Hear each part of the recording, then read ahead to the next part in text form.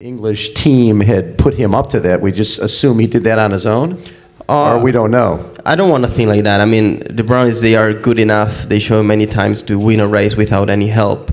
But on the other hand, if he does that, someone told him to do that. I'm pretty sure. I don't think the Brownies told him to do that. I mean, I race them many times. They are really brave. They are aggressive in racing. They like challenges. They don't need that to beat me. You know? They know they can do it by themselves.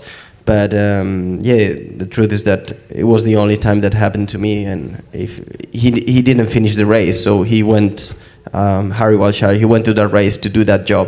That was it. That was it. Have you ever seen anything like that since? Because it seems like that could become a common issue.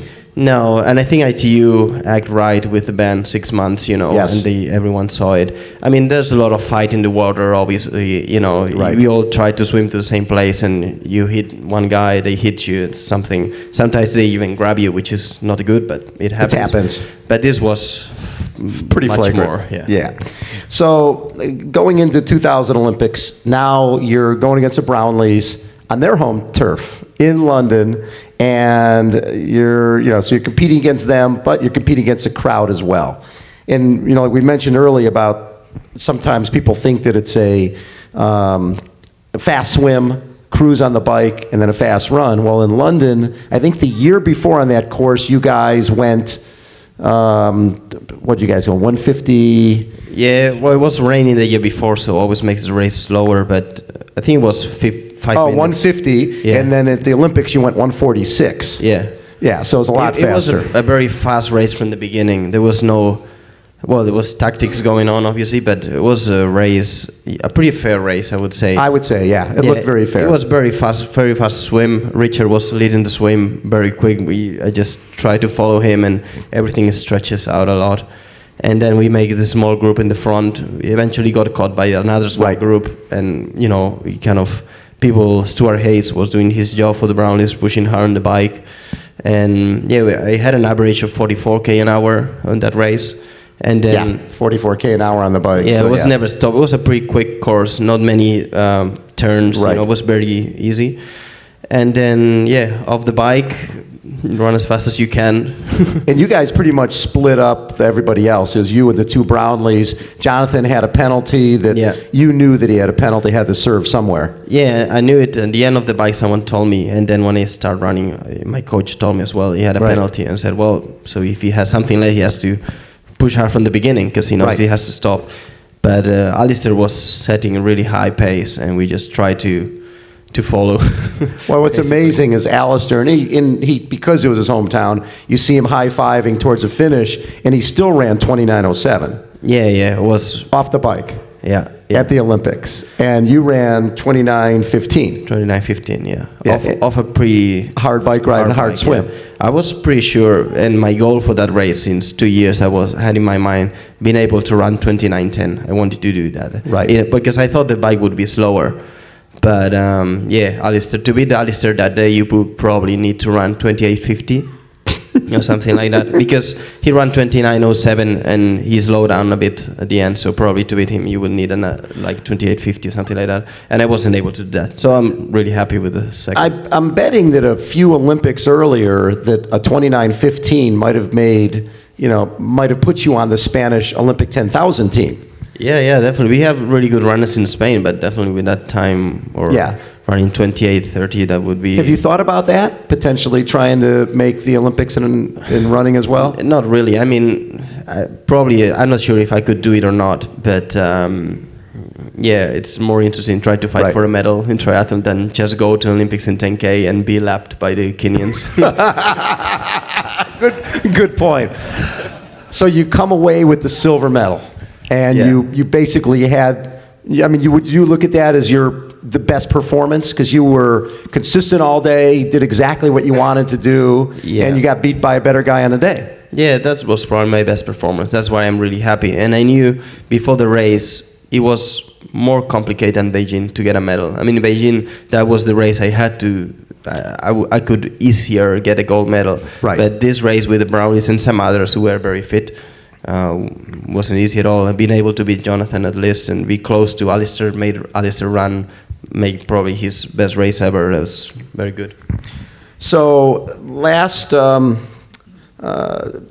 you've talked about, we talked a little bit earlier about 70.3 distance, and you're going to do a 70.3 this year. Yeah. Yeah, it's something I like doing, trying all kind of stuff. You know, I race Xterra, I race lots of non-drafting Olympic distance. Yeah, that's right. You've done LA, you've done LA, Dallas, and some of the Lifetime Miami, Fitness. Yeah, some of those. And I always want to do a 70.3, but sometimes it's not easy to fit it in the calendar. We have so many races. This year I'm going to do my first one in Spain. It's good to do in my one of the challenge events. Yeah, one of the challenge events in Barcelona. And yeah, I'm looking forward to it. I think Maca is going to be racing and some good European guys, so it's going to be exciting.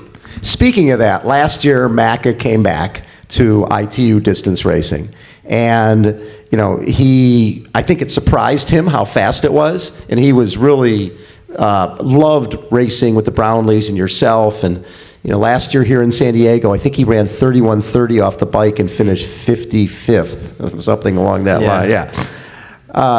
He came away from that feeling like, hey, I better go back to Ironman because I can't play with these guys anymore. What did you think of Chris McCormick coming back? Well, I think it was very brave from him, and he wanted to go to Olympic Games. He tried it, and he was quite good. Probably he should have tried a couple of years before. You need, build up the speed. To build up speed a bit more and get used to a different style of racing. But, a guy who was already world champion in ITU and Ironman world champion, he has nothing to prove to anyone. And he wanted to do that. That was perfect. It was great to race against him in a few events. He's a legend of this sport. And he did it well. Obviously, his best race, I think it was Hamburg. He finished 20th, 22nd or something like that. And it's quite good. I mean, if he is able to run maybe 30 seconds faster, which would take him some time, but probably he could do it, that would be top 10. And a guy who's been racing long distance for such a long time is pretty impressive. And I think he gave credibility to what you guys do, because a lot of people think that it's okay, you swim and then you cruise on the bike and then you run. But I think Maca was always talking about what amazing athletes you guys are. And the fact that he did that, I think, gave a lot of credibility to what you guys do. Yeah, I think we all, within mutual the sport, respect. I really respect the Ironman guys. What they're doing is amazing. But it's a totally different style of racing. It's more about refueling and be a tough guy for such a long time, And our style of racing is more about speed, but you need to be really strong on bike too. I'm pretty sure the Brownies are probably the strongest guys on the bike. Especially for this distance for 40K. Not drafting or non-drafting, I'm pretty sure about it. But this just is like the ones who ran 5K on the track or a marathon. They both are really great athletes with just different distance and different kind of training. Right. So if right now you just turned 30? When March 25th? March 25th, yeah. March 25th, 30 years old. All right. So you just turned 30. The Brownlees are in their 20s. When I look at the Ironman guys, Chris McCormick is 40, Chris Lieto is 40, Craig Alexander is 39 or 40. If you were the Ironman, if you're organizing the Ironman right now, and you've got guys like yourself and the Brownlees, would you be reaching out to you guys to say, hey, why don't you come do a 70.3? Why don't you come do an Ironman? Because we really want you to get a sense of what this is. You're the future. Yeah, I think we can. You never know how it goes. Obviously, some people think that we are going to do it very well in Ironman 70.3. Trust me, you will do it very well. Yeah, probably in 70.3. Now, honestly, 70.3 is a distance. The way we train, we can do it well. I'm pretty sure about that. Ironman is a different story. Nutrition, it's about nutrition and teach your body to. We are not used to such a long effort. So I remember Simon Lessing, who did quite well in Ironman, but everyone expected that he would, smash everyone. Right. When he moved to, and he didn't go well. And some not very good ITU guys, they moved to Ironman, that they succeed there. Right. So you never know, but eventually I would like to try it, definitely. This year you went to Xterra. Had you done an Xterra race before? No, it was the first one. Had you ridden a mountain bike? Yeah, well, not very often, but at the beginning of the season I like to train on a mountain bike, but that's for me maybe in December, and then I started, training with road bike and competing. But I finished the year in Auckland the week before the Xterra. I knew I was very fit. Right. And it was not a very technical course. There were a couple of technical sections, but not too long. But there was a lot of uphill. Right. And if you're fit, you just have to go hard uphill. And then on the downhill, obviously the good mountain bikers, they were better than me, but I had some leading out of the water, so I kind of handled it. And you weren't too far back off the bike. Yeah. Yeah. And you had guys like Conrad Stoltz, some guys who were really good mountain bikers. Yeah. Conrad caught me maybe with 4 or 5 miles to go, and then there came another hill, so I dropped him again. Yeah. Then he caught me again before the transition. But I knew for the 10K, if I was leading, it was a good situation for me. Although that run, the 10K is not like what we're doing, 10K fast on the asphalt. Then you have 5K like this, that sometimes you don't know if it's better to walk or run because you're so slow that it's like, and then very technical downhill, but it was enough to win the race. I didn't have a great run. I felt very tired of the mountain bike, but I think everyone was. Did it surprise you to win that race? Yeah. I bet it did. I was training the days before with Eneco Llanos from Spain, that he's quite a good mountain bike, and Sebastian Kindle from Germany, he's also good. Yes. And I was in the technical section, said, damn it, these guys are faster than me, they can go faster than me. But after doing the course 3-4 times, I knew I was improving, I was going better. And but the key for me was going really hard uphill, and I was very fit. That's what saved me. Will you do more of those? Yeah, I would like to do it again, World Championships this year. I would love to. And you also went to Hy-Vee, which has the biggest prize purse in the sport. And that's, huge crowds, big money, preems, $151,000 plus all that. Was that the biggest prize purse you've ever gotten? Yeah, in a race, it was. Yeah. And what was that experience like? It was very good. I mean, it's a very tough race too. The condition was really hot. It's always hot, yeah. Yeah, already the water was probably 30 degrees, so you come off the water feeling almost dizzy from the effort. But the bike, remember, was a very technical, although it was non-drafting, was very technical course, and I was feeling quite comfortable, but there were lots of good runners in the group. Bevan Doherty was there, Hunter Kemper, Alistair Brownlee was there. It was his first non-drafting race. So I said, well, if it's going to be like the Olympic Games, if this guy going to run in 29 minutes with this heat, I'm screwed. Yeah. But I think after the games he was not training very well. He was very busy with a lot of media stuff, and he wasn't. And racing in the heat is not his best. Right. So I never felt that I was running fast. I was used to the ITU pace from Olympic Games and many other races, but at one point, I started running, and the others were hurting more, so I just pushed for a couple of laps. I caught Greg Bennett, who who had 1 minute probably difference. Yeah. And I felt really, really, really happy. It was a big race, but I never had the feeling that I was going fast. But when I crossed the finish line, I felt so dehydrated and very tired overall. So the thing with Alistair Brownlee that I think is fascinating is he always looks bad. I mean, facially, the guy always looks like he's about to fall over. Yeah. So you can't take anything from looking at him because he's still running 29 minutes looking like crap. Yeah, I learned that from many races. I remember one specific race in Madrid, which is a hilly course on bike, and we made a breakaway on the bike, and we were pushing really hard, especially the Brownlee brothers and I. There were some guys sitting behind it because they just couldn't go, Yeah. And I could hear them breathing, the uphill. They looked worse than I. I said, wow, they are hurting. Let's see in the run if I can beat them. And then we started running, and the first 1.5K was ridiculously fast, much faster than the guys in the second group who were very slow on the bike.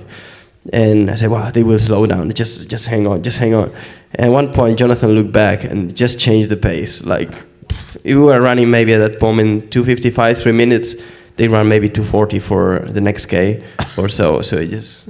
You can't tell. Okay, see you later. See you at the finish line. Nice knowing you. It was pretty amazing. Yeah. Do you have a race that, besides the Olympics, that's your favorite race that you look back and say, this was my best race besides the Olympic race? There are some good ones, yeah. Well, Auckland is one of my favorites too. That was I won last year and I won last week too, and it's a course that I like. And what is it about that course that you like? I like the hills. On the you bike. like the hills? Yeah. It's pretty hilly and technical. It's not easy. You cannot just hide and sit in the back of the group. You have to go up those hills. 3 hills per lap, and it's 8 laps, so you have to go 24 hills. Wow. So it hurts, yeah. That's a good race. Hamburg is a very good race. I remember big crowds, very well there in 2006 and 2010. Yeah. Very fast course. The crowd is amazing, probably the biggest in the circuit. Yeah, probably one of the things that we don't realize that the races, the ITU races, getting 30, 40, 50,000 spectators is not out of line for those races. No, it's pretty common. In Hamburg even more. It's just the whole course is full of people. It's like, well, London Olympics was just amazing. I mean, I remember I went for an easy jog maybe 4 hours before the race as a warm-up. So I went in Hyde Park, and there were people lining up already in the first row. And I thought there was another event going on. And they were actually just waiting for triathlon. I said, really? You're just warming up, and they're all out there. Yeah, it was pretty amazing, yeah. So, with just turning 30, Rio coming up in 3 years, now, do you see yourself going for another Olympics in the draft format before moving on to potentially Ironman and more 70.3? Well, Rio for sure. Okay. Yeah. After London, I thought about it, and I decided I wanted to give it a try. Yeah. Obviously, if I go to silver, it's because I think I can get the gold medal. Right. Or at least be in the mix in the fight. Then you can finish 2nd, 3rd, or 5th. But I wanna try it. I think I can still improve a little bit. I can do it a bit better. And it'll be hot, and that's good. Yeah. And we'll see what happens. Obviously, the Brownies are going to be there, and other young kids will come up very strong. You never know, but now is the goal. But besides that, I will do some non-drafting, like always, some Olympic distance, and probably 170.3 or 2 per year. Right. And after that, I would like to try some Ironman, maybe, or I don't know. I will see, but in my mind I will be 33. Yeah. So it's a good age to start. Absolutely. Yeah. Do you see any young Americans that impress you? Any young American ITU athletes? Yeah, there are lots of good Americans. Jared Shoemaker's great runner, very good athlete, and Matt Charbot as well. He's strong on the bike, and in tough races he's always there. And for sure Lucas, because he's going to be a very good athlete. Yeah, he's a special young man. Yeah, he's very talented athlete, runner. He's just really good, and the bike is okay. He's improving a lot his swim. It was just really bad luck, his accident last year. Right. But I'm pretty sure he will overcome that, and he's actually already training in a good level, and probably in Rio it's going to be one of the main rivals. So do you hear anything from the doctors who told you couldn't race? Any like postcards like, hey, thanks for proving me wrong. I really appreciate it. Not really. No, never. How about a big round of applause for Mr. Javier Gomez?